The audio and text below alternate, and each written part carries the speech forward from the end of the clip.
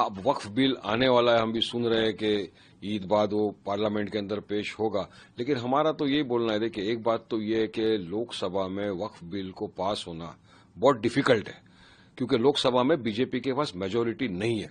अगर बीजेपी को ये बिल पास करना है तो उसको चंद्रबाबू नायडू, नीतीश कुमार, बाद में चिराग पासवान और जयंत चौधरी, ये इनका समर्थन लेना जरूरी है।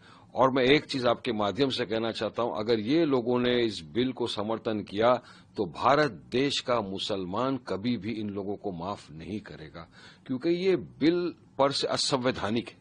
ये टोटल वायलेशन है आर्टिकल 14, 25, 26 का। आप किस तरह से एक नॉन मुस्लिम को एक मुस्लिम वक्फ बोर्ड के अंदर डालोगे? आप एसडीएम को पावर दे रहे हो, आप कलेक्टर को पावर दे रहे हो। अब कलेक्टर एसडीएम तो गवर्नमेंट के अंडर में रहते हो, वो तो बोल देगा कि भाई जमीन जो है ये वक्फ की नहीं है, इसके डिस्प्यूट है, तो चले गया जमीन।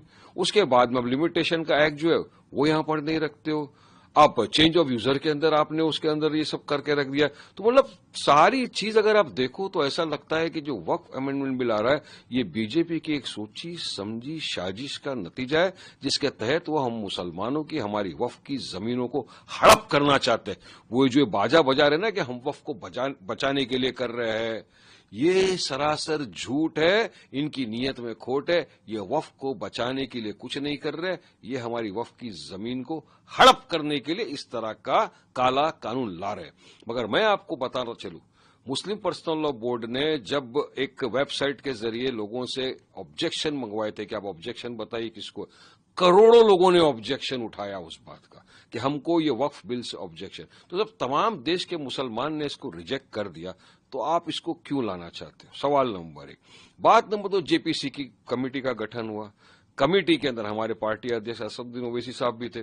अब उन्होंने जो डिसेंट नोट्स दिए थे उसमें काफी सारे तो पॉइंट ही गायब हो गए, उन्होंने निकाल दिया। क्यों? आपको सब चीज डालना चाहिए था। अब पॉइंट नंबर 3 ये है कि मुस्लिम पर्सनल लॉ बोर्ड ने कहा है कि हम पूरे देश भर के अंदर एहतजाज करेंगे। देखिए, संविधान ने हमको अधिकार दिया है कि अगर सरकार की कोई नीति गलत है, अगर सरकार कोई काला कानून लाती है तो हम उसका ऑब्जेक्शन पुरजोर से करें। अब लाखों लोग सड़कों पर उतर रहे वक्फ बिल के अगेंस्ट में।